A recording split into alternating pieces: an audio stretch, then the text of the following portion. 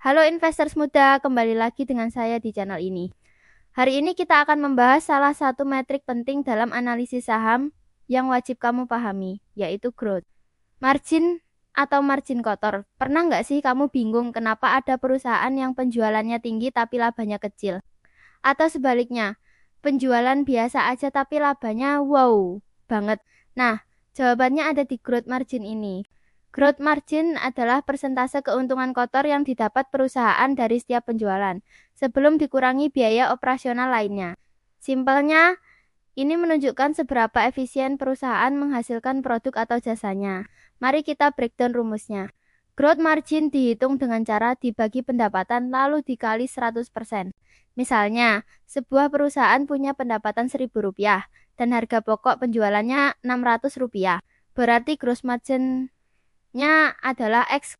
Kenapa growth margin ini penting banget? Karena ini bisa jadi indikator daya saing perusahaan. Semakin tinggi growth margin artinya perusahaan punya kendali yang bagus atas biaya produksinya dan bisa menetapkan harga yang menguntungkan. Contoh nyatanya begini. Apple punya growth margin sekitar 40%. Artinya, dari iPhone seharga Rp15 juta, Apple dapat keuntungan kotor Rp6 juta. Bandingkan dengan produsen smartphone lain yang mungkin cuma dapat margin 20-30. Ini salah satu alasan kenapa saham Apple begitu diminati investor. Tapi perlu diingat, growth margin berbeda-beda tergantung industrinya.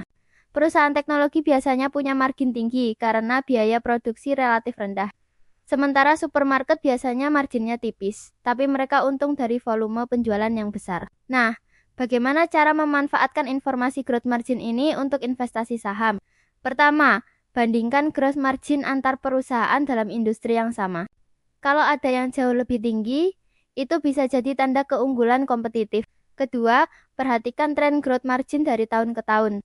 Kalau trennya naik, ini menunjukkan manajemen yang bagus dalam mengendalikan biaya. Tapi kalau turun terus, bisa jadi ada masalah dalam efisiensi produksi atau persaingan harga yang ketat. Yang menarik, gross margin juga bisa membantu kita mendeteksi potensi masalah.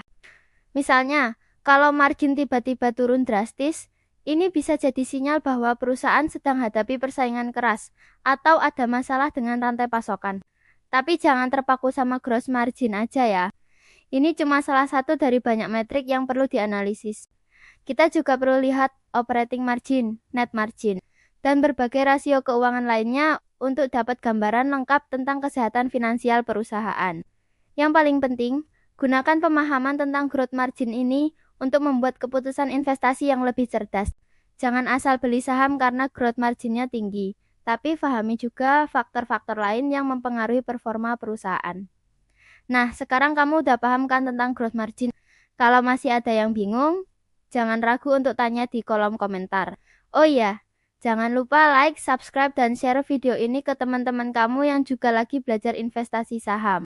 Sampai ketemu di video berikutnya dengan pembahasan menarik lainnya seputar investasi saham. Tetap semangat belajar dan happy investing.